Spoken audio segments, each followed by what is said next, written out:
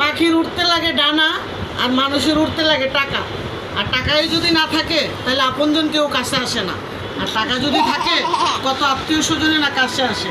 এই যে দেখেন টাকা নিয়ে আসছি, যদিও এই টাকাগুলো আমি খেতে পারবো না, সবাইকে দিয়ে দেবো রেন্ট। তবে এই টাকাটা কামাই করতে আজকে 5-6 দিন ধরে 4-5টা মানুষ এত খাটছি, আলহামদুলিল্লাহ টাকাটা এভাবে চলে আসছে। আজকে ব্যাংক থেকে উঠাই নিয়ে আসছি। কিন্তু কত আত্মীয় স্বজনও তো ছিল, পাশে কেউ ছিল না।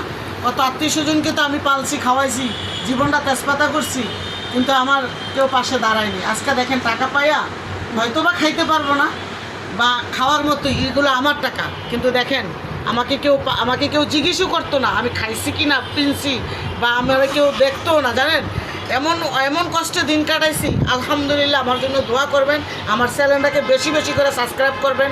আপনাদের কাছে আমার অনুরোধ রইল। এই যে দেখেন, এই জন্য বলছি পাখির উঠতে লাগে ডানা, মানুষের উঠতে লাগে টাকা। আর টাকায় যদি না থাকে আপনজন বলেন, প্রতিবেশী বলেন, কেউ কাউকে জিজ্ঞেস করে না, জিজ্ঞেস করার মূল্যও দেয় না। আপনি যদি চাইবেন না, আপনি ফকির গরিব, আপনাকে দেখলে আপনাকে না দেখার ভান করে চলে যাবে। জীবনে এটা মনে রাখবেন, টাকা থাকলে মানুষ অনেক কিছু শিখায়, অভাবে পড়লে মানুষ অনেক কিছু শিখে।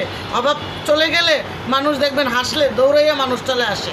তো আমার ভিডিওটা আবার বলতে অনুরোধ করে আমার চ্যানেলটাকে সাবস্ক্রাইব করে দিবেন।